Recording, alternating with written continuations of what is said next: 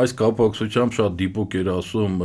Կարեն Սերոփիչը Դեմիրճյանը, որ ասում էր Հայաստանում սոցիոլոգիան շատ ճշգրիտ գիտություն է, ինչքան 10 այնքան կգրեն։ Հիմա նայեք, Հայաստանում որևէ ուրեմն իշխանական ուժ լինի կամ քաղաքական գործչի վարկանիշը իրական սոցիոլոգիական հարցումներով չի ազդել ընտրությունների արդյունքների վրա։ Նոր անկախ Հայաստանում խոսքը գնում է անկախ Հայաստանի մասին։ Հասկանում եք, դրա համար քննարկել իր վարկանիշը բարձր է թե ցածր է, իմաստ չունի։ Ուզում է ուրեմն իշխանությունների վարկանիշը լինի 0, ինչ որ նախկին իշխանությունների պարագայում մենք բոլորս տեսել ենք, դա իրան չէր